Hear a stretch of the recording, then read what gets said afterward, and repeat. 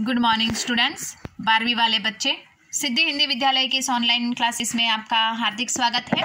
अब बच्चों यहाँ पे हमारा जो 13वां लेसन है काले मेघा पानी दे, जिसके यहाँ पे लेखक है धर्मवीर भारती। पाठ का जो साहित्य प्रकार है वह संस्मरण है। पाठ में करीबन हमने पहला, दूसरा और तीसरा प्रश्न देखा। ठीक है, यहाँ तक हमने प्रश्न देखे कि पानी दे घुड़धानी दे, मेघों से पानी के साथ साथ घुड़धानी की मांग क्यों की जा रही है। करीबन 3 प्रश्न हमने देखे, ये आपको अपनी कॉपी में लिखने हैं। चौथा, पांचवा और छठा भी आपको अपनी कॉपी में लिखना है। अब चौथा प्रश्न है बच्चों, उसकी चर्चा हम करते हैं। सबसे पहले प्रश्न देख लेते हैं। गगरी फूटी बैल प्यासा, इंदर सेना के इस खेल गीत में बैलों के प्यासे रहने की बात क्यों मुखरित हुई है। ठीक है, चौथा प्रश्न। उसके जवाब में हमें लिखना है कि इंदर सेना द्वारा गाया जाने वाला खेल गीत काले मेघा पानी दे, गगरी फूटी बैल प्यासा, पंक्ति में बैलों को प्रमुखता दी गई है। गांव का जीवन कृषि पर आधारित है। कृषि के लिए बैलों का बड़ा महत्व है। बैल ही खेत को जोतते हैं, तभी किसान खेतों में अन्न उगा पाता है। यदि बैल प्यासे रह जाए तो कृषि कार्य ठीक ढंग से नहीं हो पाएगा। यदि कृषि ठीक ढंग से न हो तो गांव का जनजीवन अस्त व्यस्त हो जाएगा। इसलिए इंदर सेना के इस खेल गीत में बैलों के प्यासे रहने की बात मुखरित हुई है। चौथा प्रश्न यहाँ पे, चौथे प्रश्न का जवाब मैं वापस दोहरा रही हूँ बच्चों, ध्यान से सुनिएगा कि गगरी फूटी बैल प्यासी, इंदर सेना के इस खेल गीत में बैलों के प्यासे रहने की बात को क्यों मुखरित हुई है। तो यहाँ पे उसमें हमें इस तरह से लिखना है कि इंदर सेना द्वारा गाया जाने वाला खेल गीत काले मेघा पानी दे, गगरी फूटी बैल प्यासा, पंक्ति में बैलों को प्रमुखता दी गई है। गांव का जीवन कृषि पर आधारित है। कृषि के लिए बैलों का बड़ा महत्व है। बैल ही खेत को जोतते हैं, तभी किसान खेती में अन्न उगा पाता है। यदि बैल प्यासे रह जाएंगे तो कृषि कार्य ढंग से नहीं हो पाएगा।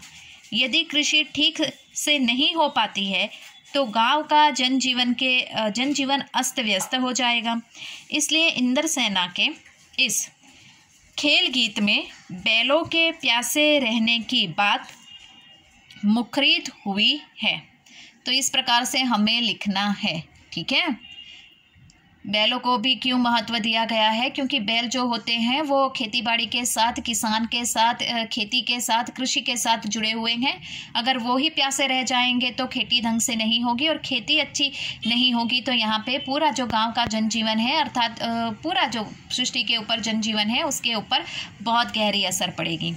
इसके लिए बैलों को भी यहाँ पे प्यासा बताया गया है। पांचवा प्रश्न, इंदर सेना सबसे पहले गंगा मैया की जय क्यों बोलती है। नदियाँ भारतीय सामाजिक सांस्कृतिक परिवेश में क्या महत्व है। पांचवा प्रश्न कि इंदर सेना सबसे पहले गंगा मैया की जय क्यों बोलती है। नदियों का भारतीय सामाजिक सांस्कृतिक परिवेश में क्या महत्व है, ये सबसे पहले हमें बताना है। तो 5वें प्रश्न के जवाब में हमें क्या लिखना है बच्चों। भारतीय जनमानस में गंगा नदी का स्थान अत्यंत महत्वपूर्ण है। गंगा का जल जीवनदायिनी है। गंगा को माँ का दर्जा प्राप्त है। भारतीय इतिहास में गंगा का सामाजिक, सांस्कृतिक व धार्मिक महत्व है। गंगा पापनाशिनी है, जल स्रोत का भंडार है। देश के बड़े बड़े शहर गंगा के किनारे बसे हुए हैं। इन्हीं जगहों पर भारतीय सभ्यता का विकास हुआ है। बड़े बड़े तीर्थ स्थल भी नदियों के किनारे ही स्थित हैं। ये बात भारत के गांव में बसने वाले लोग भी गंगा के महत्व को जानते हैं। इसलिए इंदर सेना सबसे पहले गंगा मैया की जय बोलती है।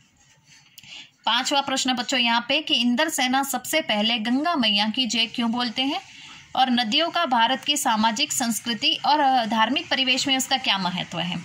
तो वापस एक बार मैं जवाब दोहरा रही हूँ बच्चों, ध्यान दीजिएगा। भारतीय जनमानस में गंगा नदी का स्थान अत्यंत महत्वपूर्ण है। गंगा का जल जीवनदायिनी है। गंगा को माँ का दर्जा दिया गया है। भारतीय इतिहास में गंगा का सामाजिक, सांस्कृतिक और धार्मिक महत्व है। गंगा पापनाशिनी है, जल स्रोत का भंडार है। देश के बड़े बड़े शहर गंगा नदी के किनारे बसे हुए हैं। इन्हीं जगहों पर भारतीय सभ्यता का विकास हुआ है। बड़े बड़े तीर्थ स्थल भी नदियों के किनारे स्थित हैं। ये बात भारत के गांव-गांव में बसने वाले लोग भी गंगा के महत्व को जानते हैं। इसलिए इंद्र सेना सबसे पहले गंगा मैया की जय बोलती है। ठीक है बच्चों, तो आपको ये प्रश्न जो है 5वां प्रश्न इस तरह से आपको लिखना है। अब यहाँ पे जो 6ठा प्रश्न है, रिश्तों में हमारी भावना शक्ति का बट जाना, विश्वास के जंगल में सत्य की राह खोजती हमारी बुद्धि की शक्ति को कमज़ोर करती है। पाठ में जीजी के प्रति लेखक की भावना के संदर्भ में इस कथन के औचित्य की समीक्षा कीजिए। तो ये जो प्रश्न है वो थोड़ा सा लंबा है बच्चों। सबसे पहले तो यहाँ पे जो जीजी है उसकी सोच किस प्रकार की है, और सोच के, उम्मीद और विश्वास के आधार पर ही दुनिया टिकी, हम ऐसा कहते हैं। तो ये किस तरह से ये बात सिद्ध होती है उसके बारे में हमें बताना है। ठीक है, तो यहाँ पे सबसे पहले मैं आपको ये जवाब जो है वो ध्यान से सुनिएगा, मैं आपको बता देती हूँ। हर एक प्रश्न का जवाब मैं 2 बार रिपीट कर रही हूँ। ठीक है, ध्यान से सुनकर फिर लिखिएगा। 1 से 6 तक के, यहाँ तक के ही प्रश्न हमें करने हैं। पाठ के आसपास के प्रश्नों की सिर्फ हम चर्चा करेंगे, आपको लिखने नहीं है। समझ में आया? तो 6ठा प्रश्न है, उसमें आपको लिखना है, उपरोक्त कथन बिल्कुल सही है। रिश्तों में हमारी भावना शक्ति बट जाती है। ऐसे में विश्वास के जंगल में सत्य की राह खोजती हमारी बुद्धि की शक्ति कमज़ोर हो जाती है। यहाँ तक तो मतलब बिल्कुल सही लिखना है कि उपरोक्त जो तथ्य है, बात है, वो बिल्कुल सही है। रिश्तों में हमारी भावना शक्ति का बट जाना विश्वासों के जंगलों में सत्य की राह खोजती हमारी बुद्धि की शक्ति को कमज़ोर करती है। प्रस्तुत पाठ में फिर लिखना है, प्रस्तुत पाठ में लेखक की जीजी, जिससे उनका खून का कोई रिश्ता नहीं था, बेहद स्नेह करती थी। लेखक को भी उनसे अगाध प्रेम था, यानी अत्यधिक प्रेम था। अतः वो जितने भी धार्मिक कार्य अनुष्ठान होते थे, जीजी सभी कार्य लेखक से करवाती थी। इन कार्यों को लेखक अंधविश्वास मानते थे। इंद्रसेना पर पानी फेंकने से मना करने पर जीजी अपने तर्क लेखक को समझाती है। लेखक के पास उनके तर्कों का कोई जवाब नहीं है, फिर भी वे अपनी जिद पर अड़े रहे। जीजी द्वारा करवाए जाने वाले धार्मिक अनुष्ठान में हिस्सा भी लेते हैं, क्योंकि जीजी के साथ उनकी भावना जुड़ी थी। इसलिए वह यह जानते हुए कि उनके द्वारा करवाया जाने वाला कार्य अंधविश्वास है, फिर भी उस कार्य को करते थे। इस प्रकार हम कह सकते हैं कि रिश्तों में हमारी भावना शक्ति बढ़ जाती है। विश्वास के जंगल में सत्य की राह खोजती हमारी बुद्धि की शक्ति को कमज़ोर करती है। तो यहाँ तक इस तरह से हमें लिखना है। वापस एक बार ये प्रश्न का उत्तर दोहरा रही हूँ, ध्यान से सुनिएगा बच्चों। उपरोक्त वाक्य, पहले यहाँ से लिखने की शुरुआत करनी है। उपरोक्त वाक्य बिल्कुल सत्य है। रिश्तों में हमारी भावना शक्ति बढ़ जाती है। ऐसे में विश्वास के जंगलों में सत्य की राह खोजती हमारी बुद्धि की शक्ति कमज़ोर हो जाती है।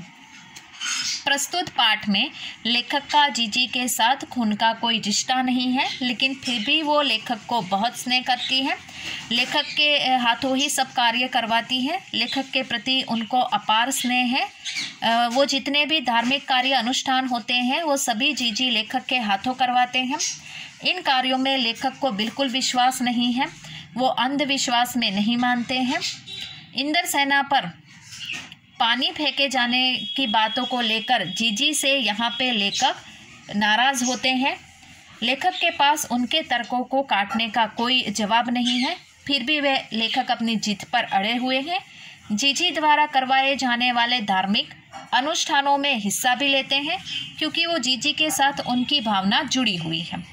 इसलिए वे यह जानते हैं कि उनके द्वारा करवाया जाने वाला कार्य अंधविश्वास है, फिर भी उस कार्य को करते हैं। अतः हम कह सकते हैं कि रिश्तों में हमारी भावना शक्ति का बट जाना विश्वास के जंगल में सत्य की राह खोजती हुई हमारी बुद्धि की शक्ति को कमज़ोर करती हैं। तो बच्चों, आज के इस वीडियो में हमने 1 से लेकर 6 तक के प्रश्न हमारे हो गए हैं, जो 12वीं वाले बच्चों को अपनी कॉपी में लिखने हैं। पाठ के आसपास के जब तक के प्रश्न हैं उसकी भी हम चर्चा करेंगे, लेकिन वो आपको अपनी कॉपी में नहीं लिखने हैं।